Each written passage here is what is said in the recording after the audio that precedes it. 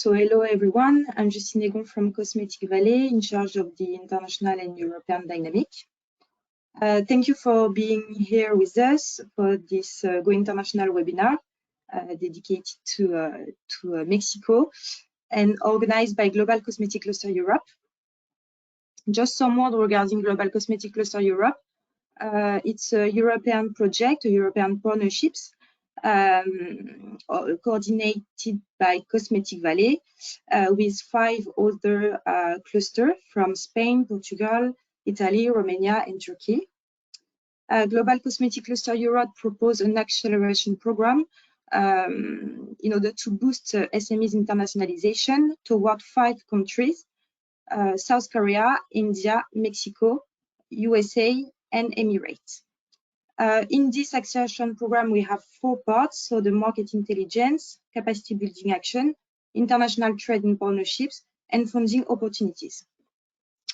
And it's in the framework of the market intelligence part that we have developed 5 market studies, and today is the restitution of the market study dedicated to Mexico, done by Wellmex. So enjoy the webinar and do not hesitate to ask for questions. And Nerea, the floor is yours. Okay, thank you very much, Justine, Ségolène, and all the team. Thank you also for the participants here in the webinar. Okay, so now please tell me if you see my screen. Yes, we can. Yes, okay, perfect. So hello everyone, thank you Justine for the introduction. So yeah, I am Nerea Peña. I am the manager of Wellmex, and we developed the market study for Go International webinar here in Mexico related to cosmetic market here in Mexico. So first of all, I would like to make this webinar very collaborative and very participative. We are gonna cut the webinar in, well, 4 parts. So first, some general information about demography and population in Mexico and general economic information. And of course, we need to talk a little bit also, unfortunately, about corruption here. And some tips for the business culture here, also how to have a successful first approach to business here, and also how to make a long-lasting business relationship.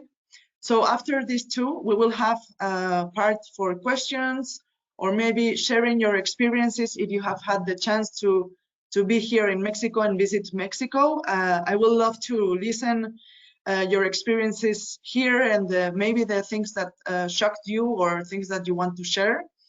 Then the 3rd part, which is going to be the longest one, and we're going to talk about business and cosmetics in general, about brand marketing, best practices, how the skin and hair population is here, the beauty product usage here.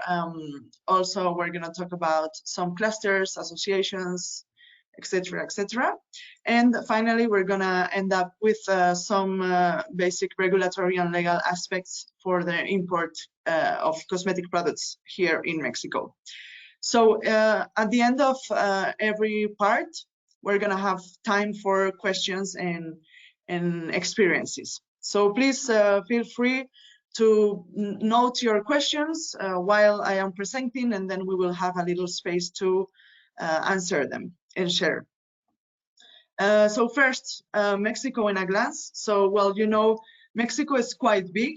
I say it's more or less 10 times Spain. I'm Spanish, so that's why I know a little bit.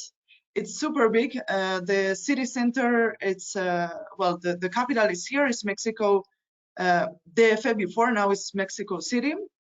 And as you can see, well, the borders are with the USA, and also we have Guatemala and Belize here. The localization of Mexico and the borders, it's also very important because it's actually one of the weaknesses that we can have, because we have a lot of dependence on the US market. So this is a reality here. Basically, Mexico is the maquila of the United States.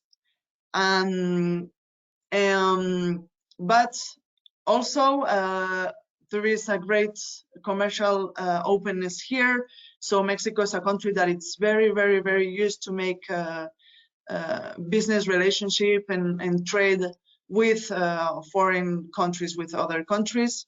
This is why it's we have a very open legislation for setting up a company here. It's actually very, very easy to set up a company in Mexico.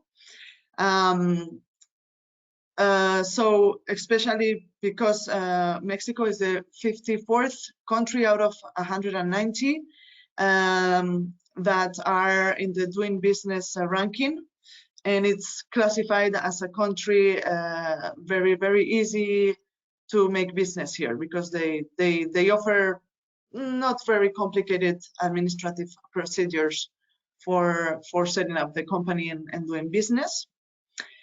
Talking about opportunities, we already mentioned that it's very close to the United States and Canada, and also related to the cosmetic market. It's very important because in general in Latin countries, and of course in Mexico too, they give a great importance to physical image, when of course it comes to social or political relationships or recognition. So makeup, shampoo, nails, eyelashes, eyebrows, everything, it's very present in daily basis. I would say even more than in Europe. So here, the image, the outside image, it's very important, which is of course an opportunity for the market we are treating now for cosmetics. And also the luxury market, it's growing up. So out of 28 cities evaluated in the world, Mexico has been classified as the number 18 in the ranking. So this is very important to take in consideration also for us. Talking about threats, and maybe we will talk about later a little bit more in detail about this. But if you have ever visited Mexico, this is not new for you. The informal sector represents more than the 50% of the workers, and it's more than the quarter of the GDP of the country. So if you visit any market, or if you visit any town here in Mexico, you will see people, and it's very like trading, buying and selling. Of course, they don't pay taxes, so it's yeah, it tends to be that very, very big part of the market, especially half of it, it's informal. Also, the banks have very high interest rates in comparison with at least Spain that I know. For example, to have a mortgage loan, I know in Spain it's like maximum 1 to 3, and here it's the minimum, it's 10%. So the comparison, it's quite big. Also, another threat is of course corruption here. All in the daily life, with bribes sometimes, and especially to police officers. So try to avoid to being stopped by one if you are ever here, because for sure they're gonna ask you for a bribe. And also in the business atmosphere, sometimes to get faster procedures or to avoid some administrative papers or procedures. Sometimes it's also quite common to have these corruption practices in businesses, unfortunately. And also something that it's very important is that Mexicans have the lowest average salary in the world. So in 2019, the average was 509 euros per month, which is more or less like, I haven't made the equation, but yeah, like 6 euros per day. So the salary is not very high here in Mexico, which could be also a threat for the purchase for the purchases in cosmetic market, especially in the luxury market. For the population, yeah, we have talked about that. It's a poor population, so 84% of the population does not have a salary that allows them to meet their needs for their family. And another characteristic is that it's a young population. So the average is between 29, 30, 32 years old, which is, you know, I think kind of an opportunity for our market, because it's basically the population that uses the more the cosmetic products. And well, corruption, we have talked about this, is very bad evaluated in the OECD. Among all the members, is evaluated as the worst regarding to corruption. And linking to what I said before, that you can find corruption in everyday life and in businesses. A big problem here is especially that this practice has a very high rate of impunity, so normally they don't punish this as hard as they should. So it's a practice that has been doing for ages, and it's been very hard to eradicate. Okay, so now following by business culture, how to make a first good approach here in Mexico. As Oscar Wilde says, there is no second chance to create a good first impression. So these 5 tips that I'm going to give you are quite important. Here in Mexico, talking about hierarchy and professional titles, which is the first tip. The hierarchy here, it's very like a pyramid structure. So it's very important to follow the hierarchical order. So there is always the boss and then the rest. It's very difficult to find an horizontal hierarchical structure. This is why this is also very important. Normally, you will find here in Mexico that as a respect and politeness sign, you use the professional title of the person followed by their name or their surname.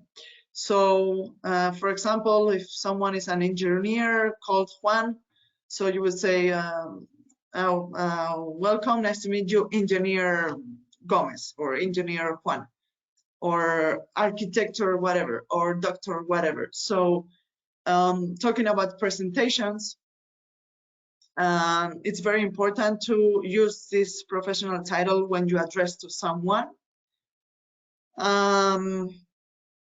Followed by how to greet or breaking the ice, like what kind of topics you're gonna address at the beginning of a meeting, even if it is a business meeting. It's very important that you start talking 2-3 minutes about non-business related items, you know, such as hobbies, family, how is your daughter doing, and I don't know, I have a great jet lag after coming from France to this trip and meet you, and you know, it's kind of informal at the beginning. to break the ice, and it's also very important to show an open attitude towards the Mexican.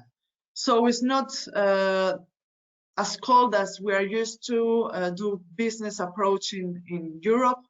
That's, you know, you meet somebody and straightforward you're gonna talk about businesses.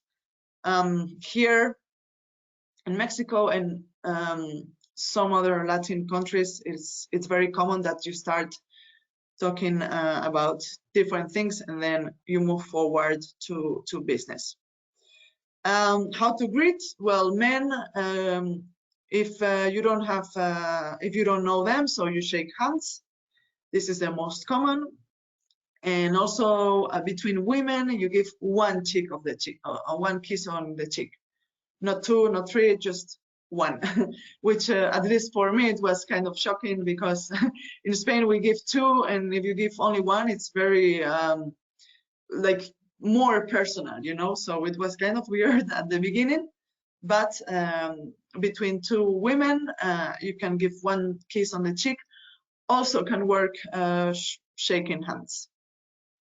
And also if it's women and men that are greeting, if they don't know, a handshake is the most common.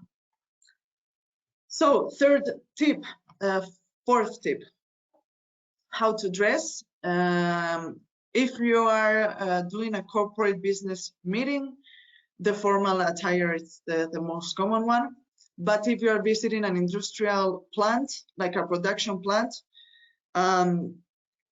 normally you will need to use your personal security equipment, which is, you know, like kind of polo, maybe a vest with some special shoes, and maybe a casket. Some companies, they also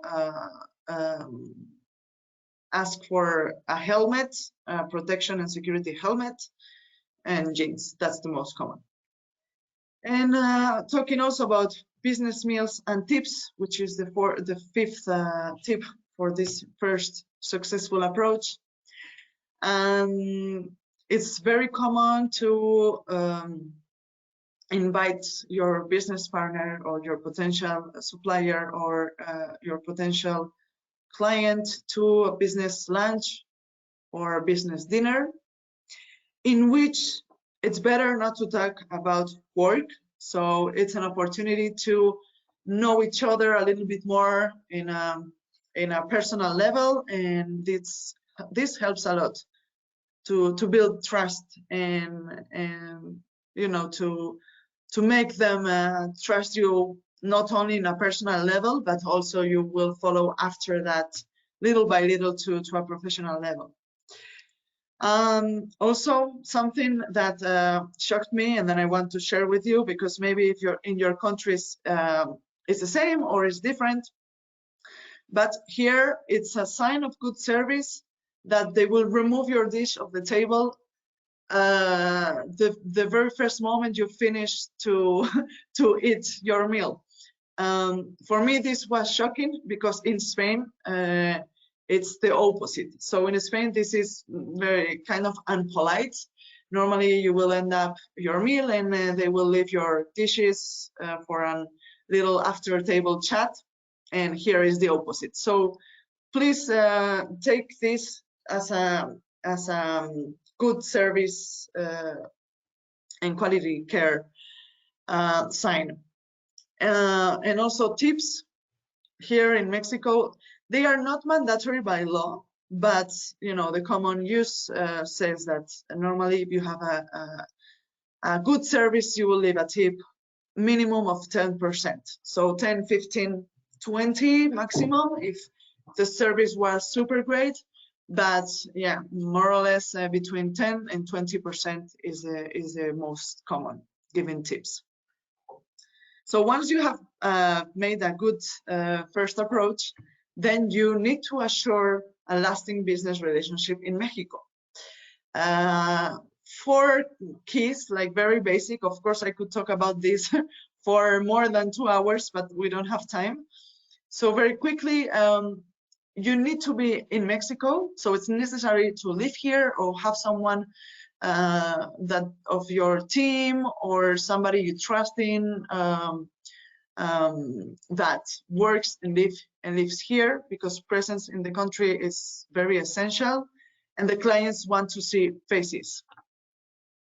Face-to-face relationships. Okay, I need to say that this was very common before the pandemic. After the pandemic, it's been migrating a little bit more also to video calls, and Zoom and Teams and Meets and all these platforms are very, very used. So of course it's, you know, personal and physical relationships are always very important, but now because of the COVID, it's also very common to address meetings in online. But if you are able to meet somebody face to face, I would advise to do so. Okay, then also proactivity and resolutive attitude. Here in Mexico, it's super important to visit often your clients, to call them very often. How are they doing? If they need help with something and they need support with something. This might sound very, you know, common sense, but here in Mexico, it's not so much. What I mean is, normally I would expect if a customer or client needs something or has a problem with my product or service, they will call me. Okay, hey Nerea, we have a problem with this. Please come and help us, and how can we move forward? Here it's kind of the opposite. So it's very important that you as a supplier anticipate the needs of your customers, because it happens very often that you call them and how are you doing? Oh, actually I am very unsatisfied because this product you sold me has a problem, and I've been struggling with this for, okay, 1 month, 2 months. And of course you say, okay, why didn't you call me to tell me this, and we could solve it earlier.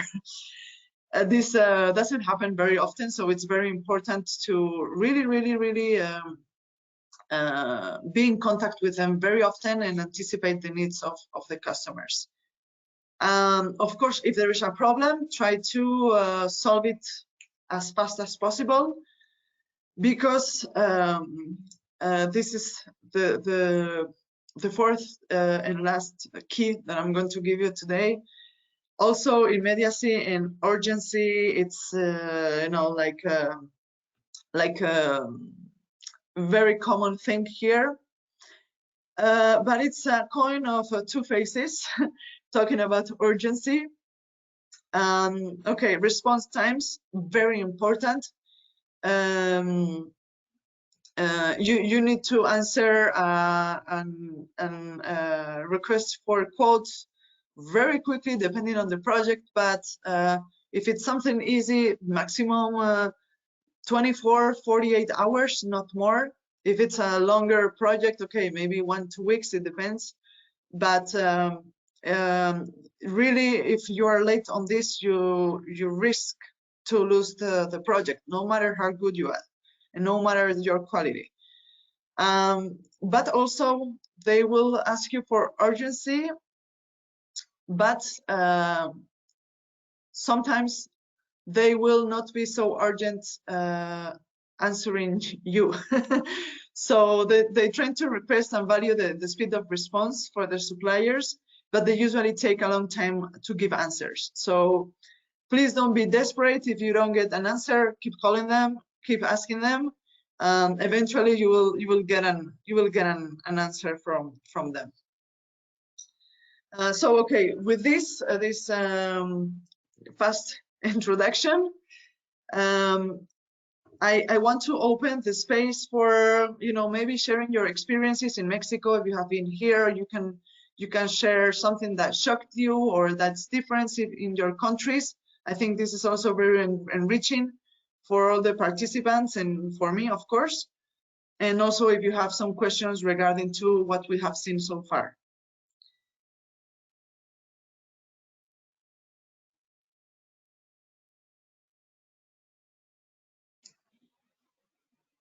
So I don't know, Ségolène, Justine, if we have questions. Up to now, there is no question on that first part. Maybe we could go to directly the cosmetic and business part to go to the industry. Okay, perfect. Don't be shy, don't be shy. I am willing to answer your questions and to share things. Because if there is no this bilateral relationship, you know, I'm the only one talking, and I cannot learn also from you, which is very important. Okay. Talking about business and cosmetics, we will see some skin and hair population, the social behavior and habits, the most common ones, some beauty product usage in Mexico, the beauty routine and some beauty trends, influencers and social media, direct selling, local brand marketing and best practices. And then also, of course, some fairs, congresses, and professional online B2B newspapers and directories, clusters, association, and also very important, the geographic concentration of cosmetic chain value here in Mexico, so that you can plan your agendas when you come here to visit clients or suppliers. So skin tone of the population. The 67% of Mexican population between 25 and 64 years old self-classify their skin colors in these tones that you see here, so more intermediate color. Women tend to be in this palette color and this one, so lighter, and men tend to report like darker skin colors, which are the first three. Here also you will see some different skin colors and hair types. So the first one is Yalitza Aparicio. She's a Mexican actress, and she worked in Roma, which is it was a very famous movie here. I don't know if in Europe too, but she was born in Oaxaca, and she's a Mixtec, so she's indigenous, and you know, she has a darker skin tone, very thick, and a lot of hair, straight, black, thick hair. So this is very, very common in indigenous men and women. Also, we can see some other skin types like Belinda, which is very, you know, European, blonde, and very white skin. Of course, she has Spanish origins, and here in Mexico we have a lot of Spanish origins. So, of course, you can see also this in hair type and skin of the Mexicans. Carlos Vera, Mexican soccer player. You see, again, dark skin color and very thick hair. And this is a Kalimba Mexican singer, which has some Afro origins. So here, especially in Veracruz, we can find a lot of Afro origin people with Afro hair and very, very black, dark skin. Talking about main skin and hair issues related to biology and environment. Of course, acne. So basically, 80% more or less of teenagers have acne, and especially maskne. Also, maybe I think also in Europe has been a problem in the whole world because of the mask that we use. Because of COVID, now the acne has a lot of influence also in this part.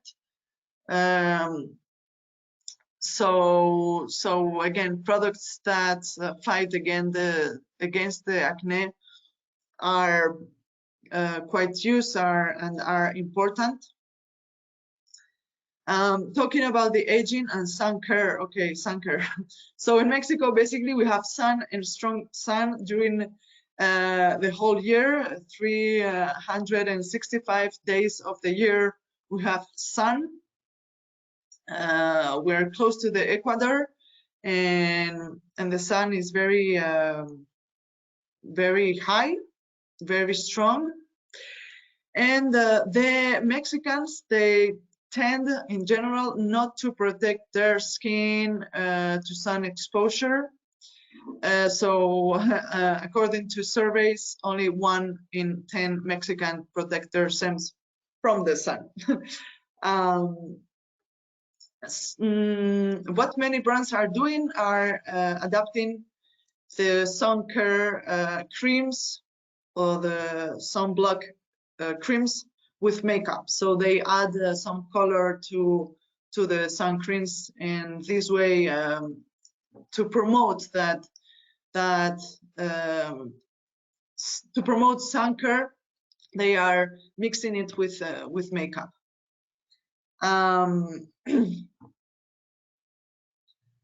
Also talking about stress, anxiety, and depression, and how this, of course, influences in skin problems. In Mexico, approximately 50% of adults suffer stress from the pandemic. So, of course, we have seen a rise of skin and hair disorders such as acne, psoriasis, dermatitis, etc., etc. But on the other hand, some other surveys also indicate that because of home office, the home office period and not going to the office, and also has a positive effect in some people, because their stress levels goes down, because for them it's calmer to work from home. So also some surveys show that 57% of people experience a decrease in their amount of stress levels because of the home office. So this is some of the data found related to stress, anxiety, and the skin and hair problems. And finally, skin cancer. Skin cancer, it's again, because there is sun all the time here in Mexico, is very frequent. Actually, it's the second more frequent cancer in Mexico. This is a very interesting information. According to the data from the National Cancer Institute here in Mexico, during 2019, the number of skin cancers in Mexico increased from 300 to 500%. So this is really a lot. So please also take these issues in consideration while the planning products and services related to the skin and addressed to a Mexican market. Okay, I think this is my favorite part. Social behavior and habits related to personal care and image and everything. So I am sure you have heard of the quinceañera. So this is a party that a lot of women have when they turn 15 years old. And it shows or it marks the transition from, you know, you're not a girl anymore and now you are a woman. So we're gonna present you in society, and I mean, it used to be in ancient times maybe a traditional thing, and now it's more cultural. But I think it has lost the symbolism that used to have. As you can see in the picture, the dress that all the quinceañeras want to dress are a princess dress, very colorful, very bright colors, like super light and bright pink or bright blue, you know, very Cinderella style. Of course, they will have all their makeup done, their hair done, the eyelashes, eyebrows done, the nails done in quite an exaggerated way. Also, well, and of course the women that accompany the quinceañera, of course, they will also have makeup done and hair done and nails done and everything. I really like to see photo shootings of quinceañeras. It's very colorful. So of course this is a tradition that is a very significant sign of Mexico that we have to mention. Also, very well known worldwide, the tradition of Day of the Dead, Dia de Muertos, which is November 1st and 2nd, and it honors the death of possibly you already all know, and it's linked to the Catholic celebration of All Souls or Day of All Saints. And here, this day, generally men, women, adult, children, boys, girls, they will paint their faces with this fantasy pretty skull makeup, fantasy makeup. They are called Catrinas or Catrines if it's men. And also you will see a lot of people dressed with these horrifying customs because we are neighbors of the United States. So of course, a lot of people also celebrate Halloween here. But Dia de Muertos is much more important than Halloween. You can see here some of their customs and examples of makeup that you can find in Dia de Muertos. And then, well, weddings. Also in weddings here, as they follow a little bit the style of the quinceañera dress. So yeah, it's a white dress, but they're very princess style dresses, very big dresses. Of course, they will hire services of professional makeup artists and also manicure, pedicure, hairdressing, etc., etc. And as the bride, of course, but also as you are invited to the wedding, you normally will go to a hair salon to do your makeup and your hair and your nails. And then finally, talking about gift habits on special dates. Very, very important dates here in Mexico are Christmas, because it's a very familiar society. Christmas is very important for them. 10th of May, which is Mother's Day, and it's always the 10th of May. Father's Day, which is the 3rd Sunday of June, and February 14th as Valentine's. Normally for these dates, the stores will put out their interesting promotions and encourage the consumption, the purchase. And it's very common to offer as gift like cosmetic products or maybe fragrances or special shampoos or things like this. So to give somebody in special date flowers, fragrances, makeup, it's very common. These two pictures that I put here of there are two different weddings I want to show you. This is a wedding of a little village in a rancho. So you see, it's quite different the way both the couples are dressed up. But I wanted to put this second picture And the first one, you know, very colorful, very Oaxaca style, the first picture, with maybe some big puppets here. This is very Oaxaca style wedding. And the second one, you see all the village following the just married couple.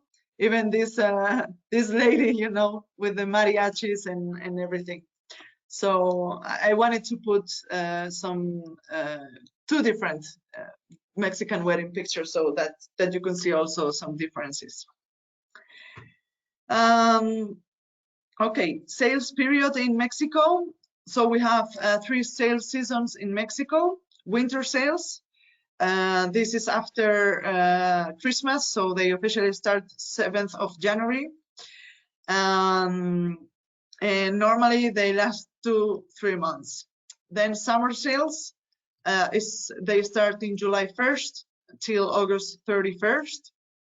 And the most well-known sales period in Mexico is what they call El Buen Fin, which is influenced, or it's kind of a copy of the Black Friday of the United States.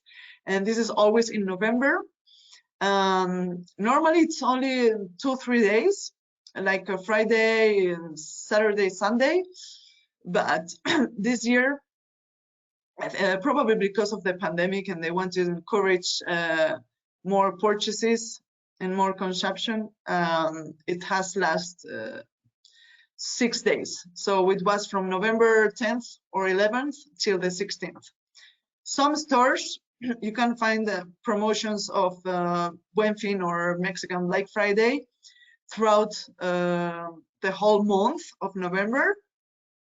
But especially it's 3 days. So in this Buen Fin or Black Friday, you can find a lot of promotion of products and services, and of course a lot with discounts. Here, according to this study of Kantar Mexico in 2020, last year, the best-selling items for the Black Friday are the clothing and footwear, some technology products, some alcohol, of course, cosmetic products as well. But especially for El Buen Fin, it's more related to clothes, food, and technology. Okay, now we're gonna talk about some beauty product usage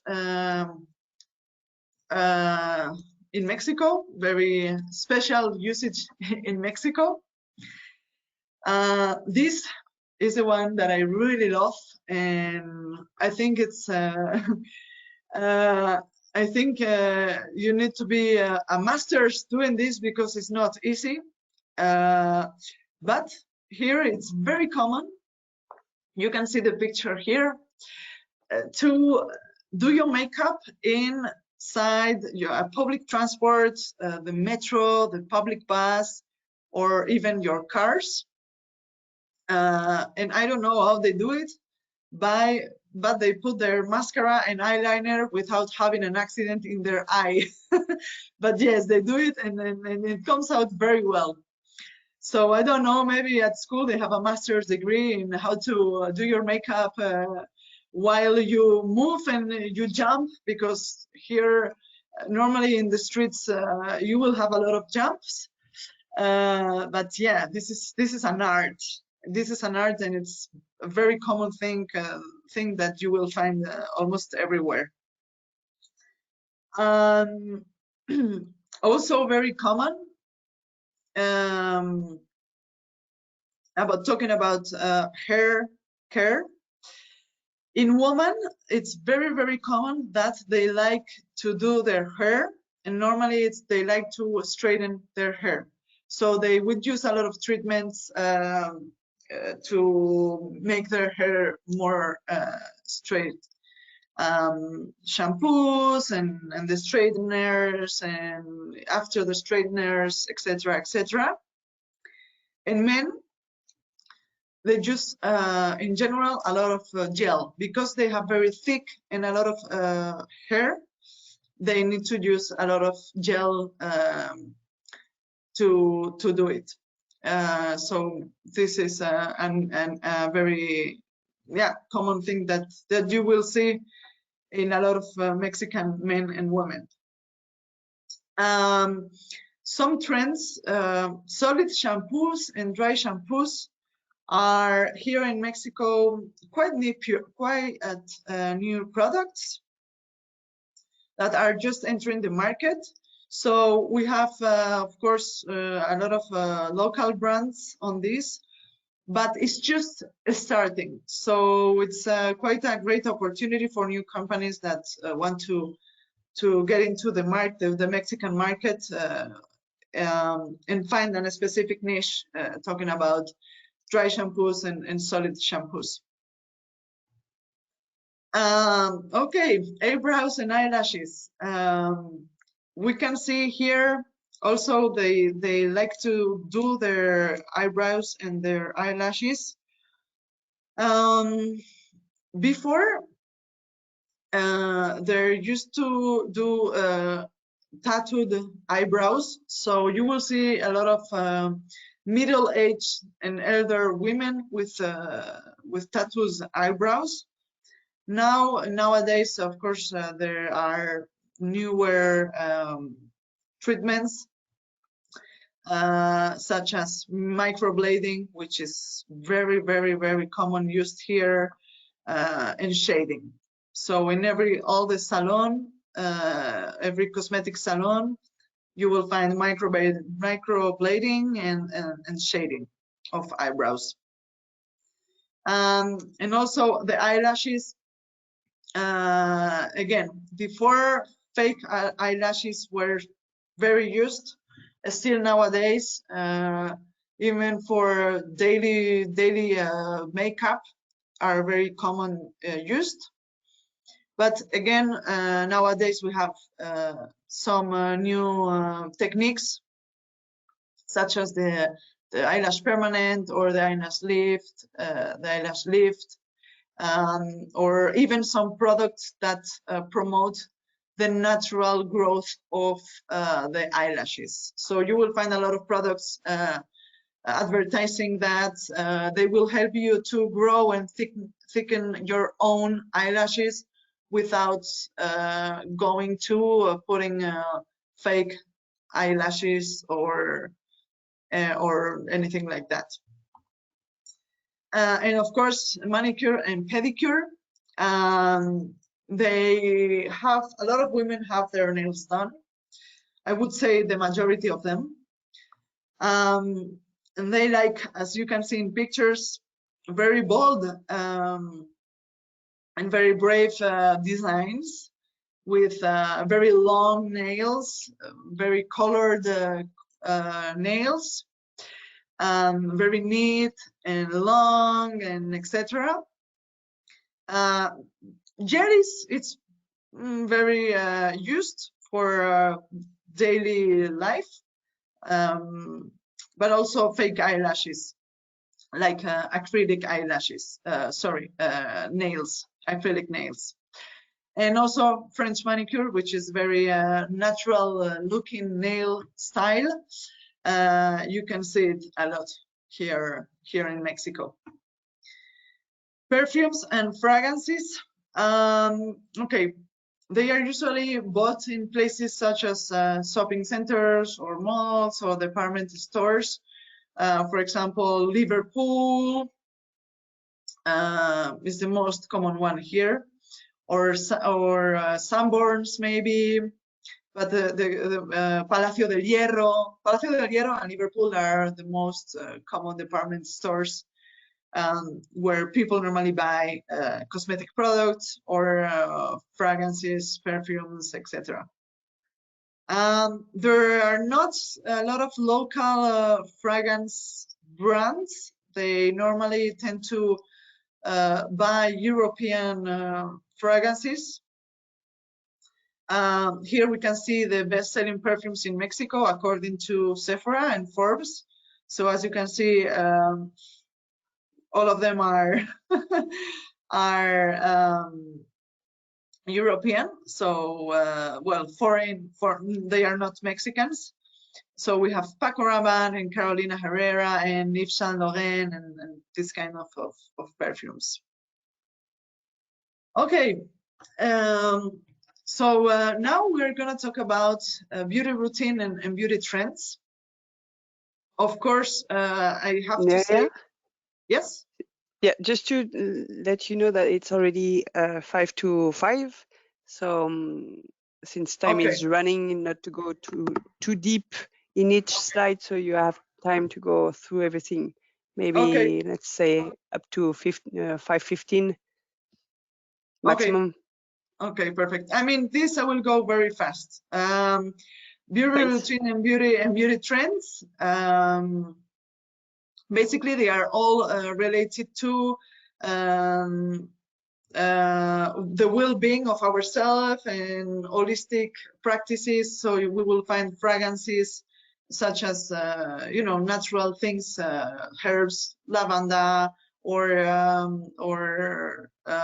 yoga and things related to chakras. So because of COVID, the products that we use in cosmetics are also more related to the well-being of the person. So using organic products, non-animal tested products, without parabens, etc., etc. So this is a trend that we will see a lot. Influencers and social media usage. Of course, you need to have an Instagram and Facebook page. This is a conditio sine qua non, TikTok, etc., etc. You need to be very active in social media. And now, well, we're going to see some examples of Mexican local cosmetic brands, such as Ra Apothecary with their Facebook. Here's some influencers, and you will see the style of the influencers here. And there are some that promote cosmetics and fashion. So Lila Cortez, Alejandra Ezquerro, Julie Germán. I think you will have access to this presentation, so maybe you can go deep in these details that I'm running past with more time. Direct sales. Okay, in Mexico, direct sales is the most important market. So it has the 7th place in the world ranking of direct sales.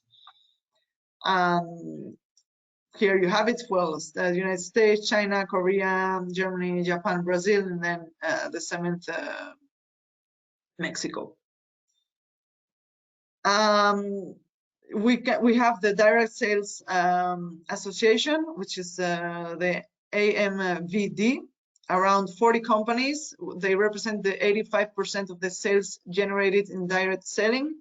In that link, you can find more information, and some of the associated companies are cosmetic companies such as Avon, Oriflame, Natura, Mary Kay, etc.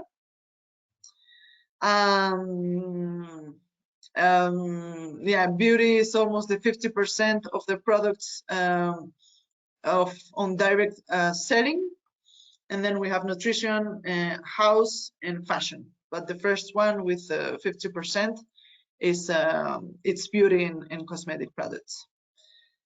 So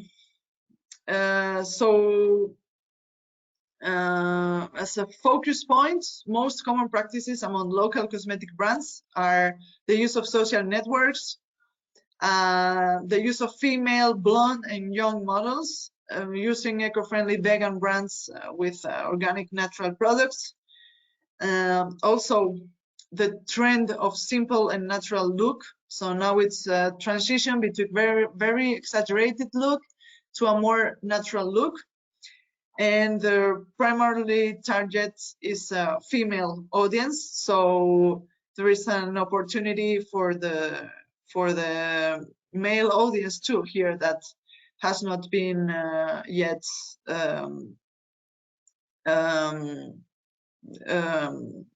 looked for here. Some local brand practices that you can, of course, have a look at their social media to see the best practice. So we have Teia Cosmetic, Apothecary, mainly all of them, as we have just seen, with organic products, eco-friendly, cruelty-free, natural, etc. They all have this in common. And you can see the products, the canines, the models, Opalo Beauty and Lovely Makeup with more bold colors and more design and makeup. And also Skin Matters with products more focused on skin. Some fairs and congresses here, though: Expo Beauty, Expo Spa, Expo Belleza, the Artist Community Hub, the ABIO and Expo Barber Show for men audience, male audience. Some other conferences that you can find throughout the year, and some professional directories also that you can have a look for more information of suppliers and potential customers. Again, the same with newspapers, so Cosmetic Latams and some dermatologic newspapers too. And okay, this I think it's important with geographic concentration of cosmetic chain value. So here, basically, most local brands have their manufacturers in Mexico City, which is here, Monterrey and Guadalajara, and State of Mexico, which is close, they share borders with Mexico City. And international companies are more in the Bajío area, which is the red line that you see, which is from San Luis Potosí State, Guanajuato State, Querétaro, and Mexico City. Some international companies located in Mexico, very well-known ones, such as, of course, Mary Kay, L'Oreal, Avon, Unilever, Procter & Gamble, Henkel, etc. You can have a look to the location and map in more detail with more time. And also some professional clusters. So the most important one is the CANIPEC, which is the National Chamber of Cosmetic Industry in Mexico. So this is the most important, and I really encourage you to have a look at their website. And of course, then we have some more related to chemistry and cosmetics, but the CANIPEC is the most important. And well, maybe you want to share, well, maybe because of the time, what do you think, Ségolène and Justine? I can go quickly through the legislation and regulations, and then we can go to questions. Yes. Yeah, let's do that. Okay. Thanks. So the final part, regulatory and legal aspects. For the import of cosmetics products in Mexico, the documentation that you need is more or less the same documentation that you will need for the import of any other product.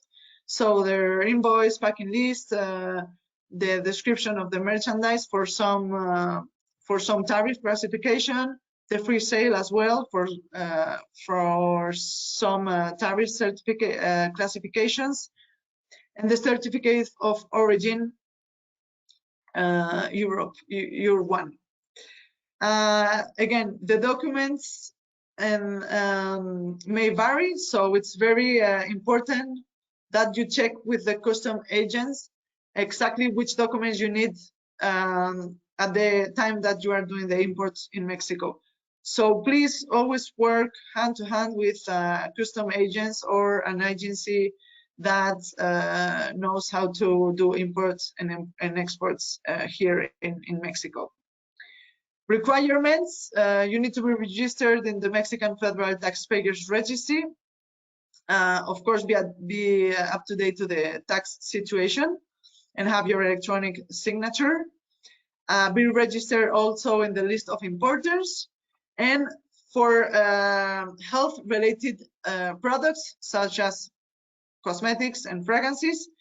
You need to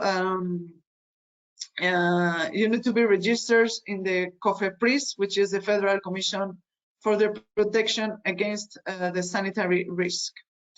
Also, you need to be registered in the Secretary of Health. It depends on some tariff items for the Secretary of Health, but for the COFEPRIS is for every kind of product. And as I said before, please hire the services of an agent or a customer representative, because these things may vary and change. Between Mexico and Europe are not tariffs because of the free trade agreement, sorry. The VAT is the 16%, and then you have some other taxes such as the rate of general import tax and export tax right, and the custom processing right and the storage right. But these are a little complicated, and your custom agent will inform you exactly on your product in detail about this.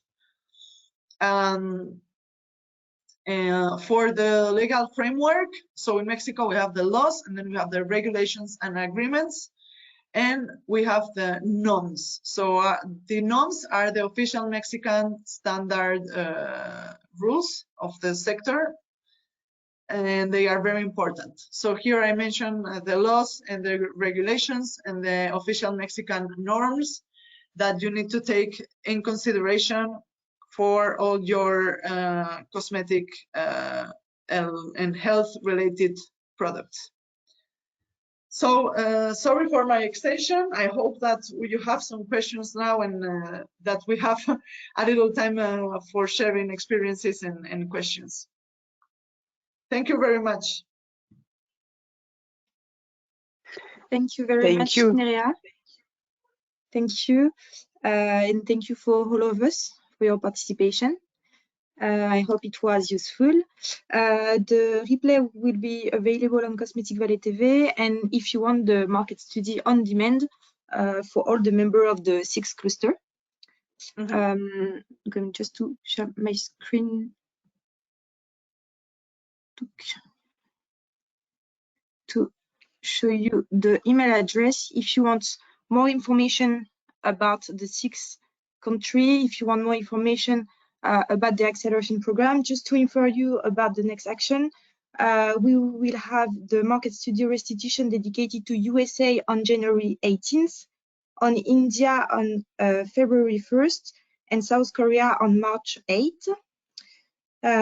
You can go to the website also to have more information on the 5 countries through information bulletin. In 2022, we will also organize 2 missions, at least 2 missions, one in South Korea and one in USA. Regarding the capacity building part, you can ask your cluster. So with this email address, you can ask your cluster for specific advice and coaching. So once again, do not hesitate to ask your cluster, your respective cluster, for more information regarding the acceleration program. So thank you very much, and you will have a survey just after the presentation. And thank don't you very hesitate. much. Don't hesitate if you have any question. You don't dare to ask directly online, but to ask Nerea. We will be able, of course, to share her contact for more information and to go further if you need to. Yes, please feel free to ask my cousin, to Ségolène and Justine, and ask whatever questions that you have. Thank you very much, everyone. Hoping to see you for the next market studio restitution.